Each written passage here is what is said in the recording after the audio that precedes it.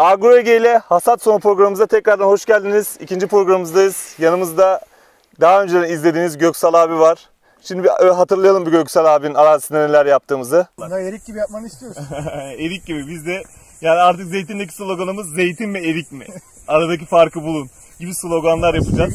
Gördüğünüz gibi ne demiştik? Temmuz ayında bu kadar büyüttük. Devamı geldi mi acaba? Merak konusu bu.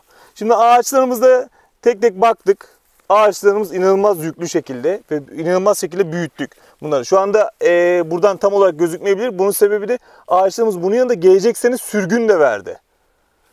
Göksal abi tekrardan hoş geldin mi diyeyim artık? Biz mi hoş geldik? Hoş geldiniz. İkinci evimiz oldu neredeyse burası. Evet.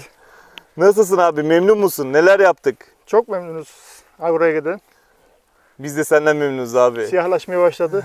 Aynen. Siyahlaşma başladı. Hasatımız yakın bir zamanda 10 gün içinde, 15 gün içinde Hasat şenliği. tamamlanmış olacak. Hı hı. Yüzü gülüyor Göksal abinin. Bugün ne yaptın abi? Bize anlatıyordun. Bugün beni mahvettin ya. Aradım seni telefonda ya. Aynen. Domatta bir ağaçta 10 kasa, 9 kasa. 9 kasa toplanmış bir ağaçta, domatta. Allah bereket versin diyoruz abi. Allah Gelecek razı sene olsun. daha da iyisini alacağız inşallah. Her sene var yılı yok yılı sona eriyor. Her sene var diyoruz. Biz Tabii. daha iyisini yapana kadar en iyisi bu diyoruz. Tabii. Aynı şekilde. Şimdi ağaçlarımız dediğimiz gibi çok yüklü. Son bir potasyum uygulamamız var. Onu da uygulayıp ondan sonra tamamen bırakıyoruz. Başka Göksal abi. Geçen sefer erik gibi dedik. Bu sefer ne gibi diyelim artık? Vallahi sen de bu sefer. Zerdali gibi diyelim. Kulakları çınlasın. Bir müşterimiz vardı Yasin abi. Zerdali gibi diyordu. Yine zerdali gibi diyelim onları. Evet. Şimdi zeytinleri benzetecek bazı şeyler var. Geçen seferkine erik gibi demiştim. Bu seferkine Yasin abi. Zerdali gibi. Zerdali gibi. Sayın değerli izleyicilerimiz. Zerdali gibi baktığınız zaman. Yani büyüklüğü inanılmaz iyi. Evet. İnşallah bu sene buradan yüklü miktarda mahsul alıyoruz. Mahsulün de bol para etmesi dileğiyle. Yani emeklerinin karşılıksız Kalmaz. çıkmaması Evet. dileğiyle. Ona da çok teşekkür ederiz. Sen çok güzel oldu ya. Maşallah. Sayenizde. Maşallah diyoruz abi. Maşallah diyoruz.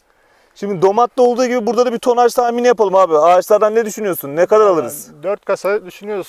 İnşallah 4 kasa. Maşallah. Maşallah 4 kasa diyelim. düşünmüyoruz. Bu sene gelecek sene de yapmak için bakın şurada gördüğünüz sürgünler var.